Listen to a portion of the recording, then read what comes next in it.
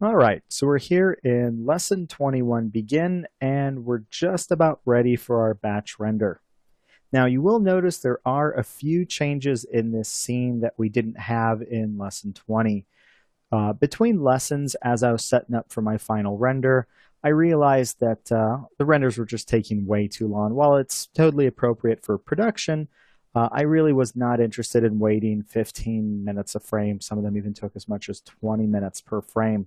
And that was primarily because of my area lights. So you'll notice that those area lights have been converted to spotlights. You'll see that right here. Let me bring up the attribute editor. To convert an area to spot really quickly, you can just use the drop-down menu here. And you can see I switched from area to spot, keeps the same angle and everything. I did change my color and intensities a bit. I'll kind of explain a little bit later why I did that. But you can see it's up to 1.3. I pulled a little yellow out of the light as well. You can also see I increased my cone angle and penumbra here just to soften out the light. And if you take a look at shadows, I am using ray trace shadows, a light radius of 0.6 to soften those out, and 10 shadow rays. 10 is probably not ultimately enough. I still have a little bit of noise, but it served its purpose, and it was not too slow. Spotlight number 2 is not casting any shadows. It was converted the same way. My color still has a little bit of blue, just a little bit less than before. And my intensity is at 1.1. You can also see, again, up the cone angle and the penumbra. The point light is unchanged. And because I lost some of the nice softness that we were getting from the area lights, and especially because I did not use anything like Final Gather, which looks great in a still frame, but was causing a lot of flickering in a final render. I'm sure if I crank up the settings, it would fix that. But to kind of eliminate that issue altogether, I just added an ambient light. It kind of fills in the fur nicely. It's just a white color with an intensity of 0.8. You'll also notice that I removed the texture from my model. This is just a Lambert shader. It's a fairly dark one. The reason it appears brighter is because of all the lights, which are pretty bright. The reason I did that was more for testing purposes. Not that it was a great texture to have on them anyway, but I wanted to see where there were actual holes in my fur where we might potentially have errors and things like that. And without having the texture underneath, it's much easier to see where there might be a problem. Now, in addition to those changes, I made an error while recording the last video. I was even confused. Everything was looking a little bit too bright. I was kind of, bringing my lights down. I forgot that I had left my view transform on up here. It was setting it into sRGB over there, and that's of course not how I went ahead and set up all my textures. I just kind of brought them in generically. I really should be using all of this, but again, that was not the purpose of this tutorial. As you can see, once that's switched off, we actually get back to the colors of the actual texture as we've seen the texture so far. So I turned my lights back up because, of course, it was getting to be way too dark. And you can see it's not too bad. This is a 1280 by 720 render, and we're only at 2 minutes and 14 seconds. And for me, that was acceptable. Okay. So other changes I made was to the dynamics. If you take a look here under XGen, you'll notice that I have added my wind in as well as my animation wires. I liked the combination of both of them. I also made changes to the actual nucleus, to the hair simulation. It was still a bit too spreeny, a little too jumpy, a little too jittery. So I went in, upped the damping, and of course to do that I had to delete out my cache. I re-enabled nucleus.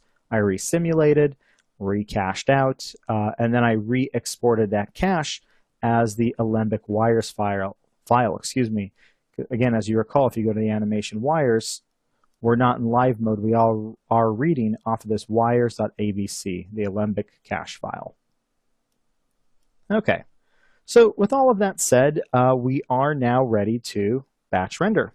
Now, in order to batch render inside of XGen, there's a couple of things we have to keep in mind. This used to be a lot more tedious, though in 2016 they've made this a little easier on us. The first step is we need to come down here to our mental ray settings, and we need to change our render mode from live to batch render. That's step 1.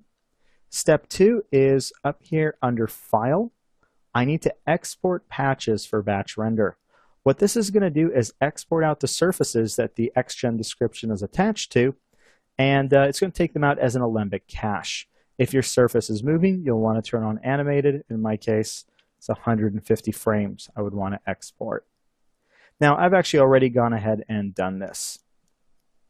Now, when you export out this Alembic cache, it might seem a little confusing. You're not going to be with the rest of the Alembic caches, which is under Cache and Alembic in your project folder.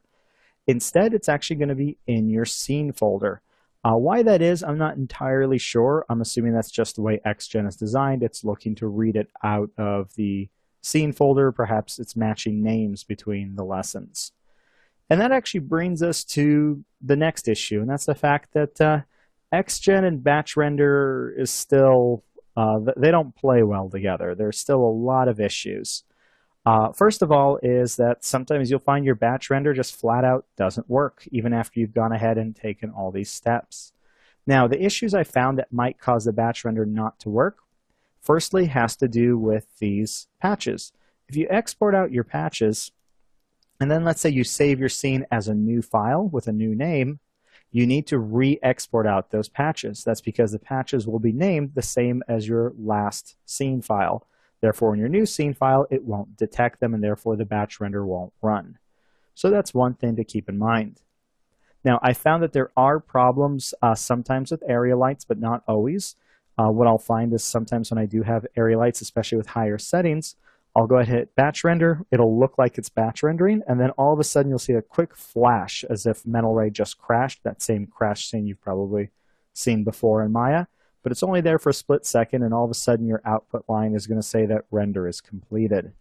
Obviously, something happened there. Now, if that happens, try changing your lights, try changing your settings. But sometimes, no matter what you do, and even in scenes that seem like everything should be fine, it still just won't batch render. So there's a way to not necessarily fix that, but there's a workaround. You can put this script right here into your script editor and execute it. You can see that you're going to set your start end frame, mine is set to 1 and 150. I didn't write or invent this script. This is something I got from online from different forums for troubleshooting. Basically, what this is going to do is just execute your render at every frame you specify, in my case 1 to 50, and it'll render it just in your typical render buffer, this view right over here. And therefore, it'll be saved to your temp directory inside of your images folder in your project. So it'll run through every frame that you specify here and therefore give you the whole render without ever having to batch render. It's just a workaround, and I found I do need it on occasion. In the case of this scene, it did work out fine. I didn't need this script, which leads us to yet another issue you can possibly have, and this is something I have a lot. And that's the fact that I tend to have a lot of bad frames with XGen, meaning that frames that just have mistakes in them. Oftentimes it has to do with highlights and lighting, where certain frames will appear blown out. It'll cause, therefore, a flicker when you play it back. Just scan for what frames went wrong and just go ahead and manually re-render them and just replace them. For this final render, I had to replace about 6 frames. And that usually is, about how many I would have, for every 100 to 150 frames.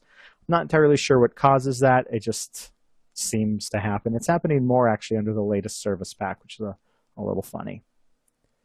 Okay, so once you've taken all that to account, you're ready to batch render. I've actually already batch rendered mine out. All you would have to do, of course, is go to render and batch render right here. So let me go ahead and show you what the final render looked like. And here we go. So it's by no means perfect. We still have some issues. I think the fur is still a little too springy. That's probably more so the fault of the wind than it is the end dynamics. It could be either. I'll have to check. You can see the fur pops a couple times up here as well. In addition to that, you can see that the fur is a little too shiny. I get a little bit too much reflection sometimes when he kind of puffs his chest out over here or when the arms raise. But those are all things that are fairly minor fixes. It's just messing with the XGen physical hair shader a bit, and of course readjusting my dynamics. So that pretty much concludes our tutorial on XGen Fur. Now, keep in mind this was not meant to be an end-all, be-all tutorial for XGen. It's been more of an introduction, especially since we've really only kind of scratched the surface. There's obviously so much more you can do than just fur, and obviously a lot of different types of fur can be produced. So I really urge you to continue using XGen, exploring it, trying all the different features. As you've noticed, we've only kind of even used just a few of the modifiers. There's so much more to play with. And of course, you can create hair as well as populate objects. It's really just a great system that can do so much. So again, I hope you've enjoyed this, and I really look forward to the next tutorial, and I hope you guys do as well. See you guys in the next one.